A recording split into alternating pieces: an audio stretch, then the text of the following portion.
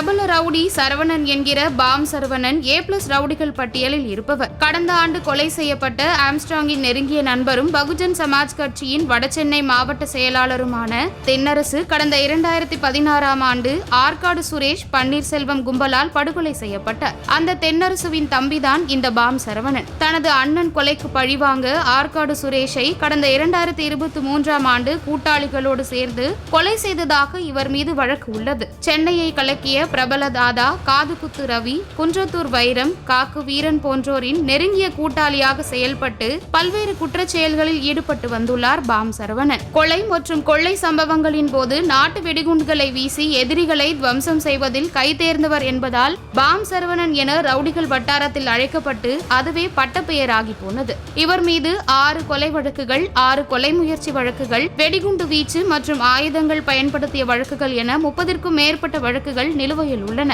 5 முறை குண்டர் தடுப்பு சட்டத்தில் சரவணன் கைது செய்யப்பட்டு சிறையில் அடைக்கப்பட்டுள்ளார். மேலும் நீதிமன்ற பிடியாணை வழக்குகளும் நிலுவையில் உள்ளன. கடந்த 6 ஆண்டுகளாக தலைமறைவாக இருந்து வந்த பாம் சரவணனை போலீசார் தீவிரமாக தேடி வந்தனர். தனது அண்ணன் தென்னரசு மற்றும் ஆம்ஸ்ட்ராங் கொலைக்கு பழிவாங்க பாம் சரவணன் தலைமறைவாக இருப்பதாகவும் அதற்காக திட்டமிட்டு காத்திருப்பதாகவும் உளவு பிரிவு எச்சரித்ததை அடுத்து போலீசார் தனிப்படை அமைத்து அவரை தேடி வந்தனர். தென்னரசு மற்றும் பாம் சரவணனின் இன்னொரு சகோதரரான மாரி ராஜீவ்காந்தி அரசு மருத்துவமனையில் வைக்கப்பட்டிருந்த ஆம்ஸ்ட்ராங் உடலை பார்க்க சென்ற போது அவர் கதறி அழுதார். அப்போது திடீரென மாரடைப்பு ஏற்பட்டு மாரி உயிரிழந்தார். அந்த அளவிற்கு உயிரிழந்த பகுஜன் சமாஜ் கட்சியின் மாநில தலைவர் ஆம்ஸ்ட்ராங் மீது 3 சகோதரர்களும் மிகுந்த ஈடுபாடு கொண்டவர்களாக இருந்துள்ளனர். இதில் 2 பேர் உயிரிழந்துவிட்ட நிலையில் பாம் சரவணன் மட்டும் பழிவாங்க திட்டமிட்டு காத்திருந்ததாக கூறப்படுகிறது. இந்நிலையில்தான் பாம் சரவணன் காலில் எலும்பு முறிவு ஏற்பட்டு ஆந்திராவில் பதுங்கியிருப்பதாக போலீசாருக்கு ரகசிய தகவல் வந்துள்ளது.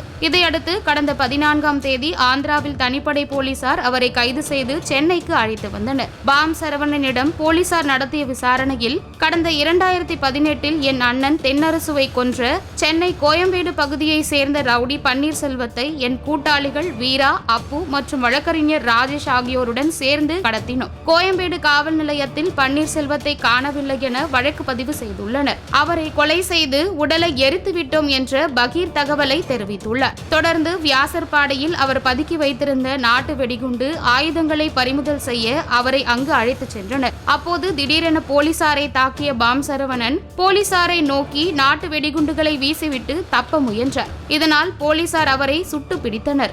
இதில் பாம் சரவணனின் காலில் குண்டு பாய்ந்தது. இதையடுத்து அவரிடமிருந்து 4 நாட்டு வெடிகுண்டுகள், 5 கிலோ கஞ்சா, அரிவாள், கத்தியை போலீசார் பறிமுதல் செய்தனர். பின்னர் அவரை ஸ்டான்லி அரசு மருத்துவமனையில் போலீசார் சிகிச்சைக்காக சேர்த்தனர். இந்நிலையில் ஸ்டான்லி மருத்துவமனையில் துப்பாக்கி குண்டு பாய்ந்து காயமடைந்த பாம் சரவணனுக்கு அறுவை சிகிச்சை முடிக்கப்பட்டு கைதிகள் வார்டுக்கு மாற்றப்பட்டுள்ளார். பாம் சரவணனை போலீசார் தீவிர விசாரணைக்கு உட்படுத்தும் போது அடுத்தடுத்து அதிர்ச்சிகரமான தகவல்கள் வெளியாகும் என கூறப்படுகிறது.